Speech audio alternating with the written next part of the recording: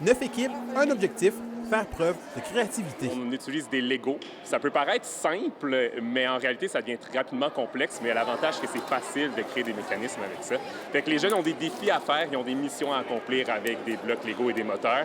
Puis ils travaillent très, très fort pour le faire. Puis c'est l'aboutissement de tout ça qu'on voit aujourd'hui. Les équipes sont composées d'élèves de l'école secondaire d'Iberville et du primaire des établissements de Granada et de Notre-Dame-de-Grâce, évoluant dans des programmes de robotique.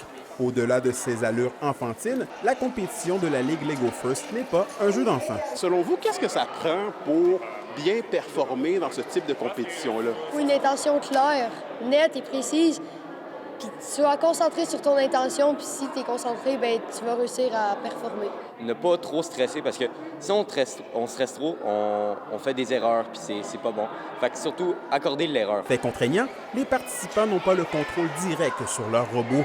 Cela fait donc des mois que ces derniers programment le moindre mouvement de leur appareil pour effectuer un parcours d'environ 2 minutes 30. Ils ont dû penser à un mécanisme qu'on construit en Lego. Puis après ça, ils doivent carrément dire à leur robot, ben avance tant de distance, tourne à droite tant de distance, fais rouler un moteur qui va faire bouger une pelle. Fait que tout ça dans le bon ordre pour être capable de bouger souvent un autre mécanisme qui est le tapis de jeu. Cette année, la thématique, c'est les arts, donc le chef-d'œuvre. Fait qu'ils ont voulu intégrer les arts aux sciences et aux mathématiques un peu plus. Fait que la thématique du tapis, elle est autour de ça. La quelques centaines de participants sont évalués selon 4 critères, soit la présentation de leur robot, l'épreuve du jeu de robot, l'innovation et les valeurs fondamentales. Quand c'est les matchs officiels, des fois il y a des pleurs, des fois il y a des rires, ils doivent se remonter le moral, mais ça va pas toujours marcher ce qu'ils ont à faire. Fait que, ouais, on va voir ça cet après-midi. Mais oui, ils sont clairement stressés en ce moment. Qu'est-ce qui vous passionne dans ce type de compétition-là?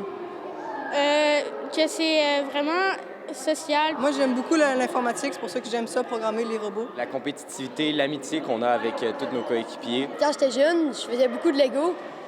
J'ai aussi suivi les traces de mon frère qui est rendu au cégep, qui a fait la robotique toute son secondaire. C'est pas mal ça.